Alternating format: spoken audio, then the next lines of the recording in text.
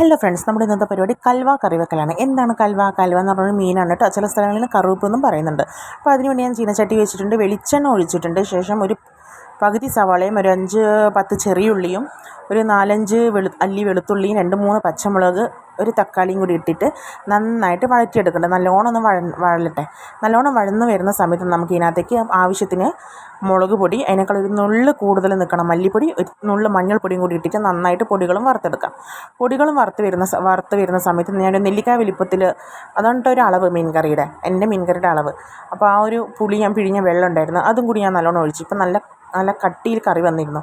ഈ സമയത്ത് നമ്മൾ വെട്ടിവെച്ച കൽവ മീൻ, ഈ മീനിന് നിങ്ങളുടെ നാട്ടിൽ എന്താ പറയുകയെന്ന് കമൻറ്റ് ചെയ്യാൻ മറക്കരുത് കേട്ടോ, മറക്കരുതേ. അപ്പോൾ ആ മീൻ ഞാൻ ഏട്ടൻ മുറിച്ച് തന്നിട്ടുണ്ടായിരുന്നു. അപ്പോൾ അതിനിടയിൽ ഞാനിവിടെ തേങ്ങാപ്പാലൊക്കെ പിഴിഞ്ഞ് വെച്ചിട്ടുണ്ടായിരുന്നു. അപ്പോൾ ആ മീൻ നമുക്ക് മുറിച്ചിട്ട് നേരെ ആ കറിയിലോട്ട് ഇടാം.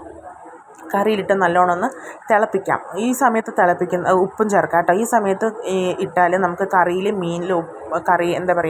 മീനിൽ ഉപ്പും മുളകും എരിവും ഒക്കെ നന്നായിട്ട് പിടിക്കും കേട്ടോ.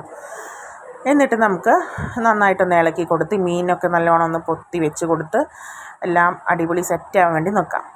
അതിനുശേഷം ഞാനിവിടെ പാല് പിഴിഞ്ഞ് വെച്ചിട്ടുണ്ടായിരുന്നു. അപ്പോൾ 2ാം പാലാണ് ഞാനതിനകത്ത് ആദ്യം ചേർക്കുന്നത്. 2ാം പാല് നമുക്ക് ചേർത്തിട്ട് കറി വേവാൻ വേണ്ടി വെക്കാം. മീനൊന്ന് വെന്ത് വരണ്ടേ. അപ്പോൾ അതിന് വേണ്ടിയിട്ട് ആ 2ാം പാലിൽ ആ മീനൊന്ന് വേവട്ടെ. അത്യാവശ്യം നല്ല ടൈം എടുത്ത് മൂടി വെച്ച് വേവിക്കുക. നന്നായിട്ട് വേവും. നല്ല ടൈം എടുക്കണ്ട കേട്ടോ. ഇത് പെട്ടെന്ന് പ്രത്യേകം ഞാൻ പറഞ്ഞു, പെട്ടെന്ന് വേവുന്ന മീനാണ്. അപ്പം വെന്ത് കഴിഞ്ഞെന്ന് തോന്നുന്ന സമയത്ത് തിളയൊക്കെ വന്നിട്ട് ഈ സമയത്ത് നമുക്ക് കറിവേപ്പിലൊക്കെ ചേർക്കാം കേട്ടോ. എന്നിട്ട് നമുക്ക് തിളച്ച് വന്ന സമയത്ത് നമുക്കിനി 1ാം പാല് ചേർക്കണം. ഞാൻ ഒരു തേങ്ങയുടെ പാലാണ് കേട്ടോ എടുത്തത്. അതുകൂടി ചേർത്തിട്ട് ഇത്തിരി ചെറിയുള്ളി നമ്മൾ വറുത്ത് ഇടുകയാണ് ചെയ്യുന്നത്. വേണമെങ്കിൽ കറിവേപ്പില ഈ സമയത്ത് വറുത്തിട്ടാലും മതി.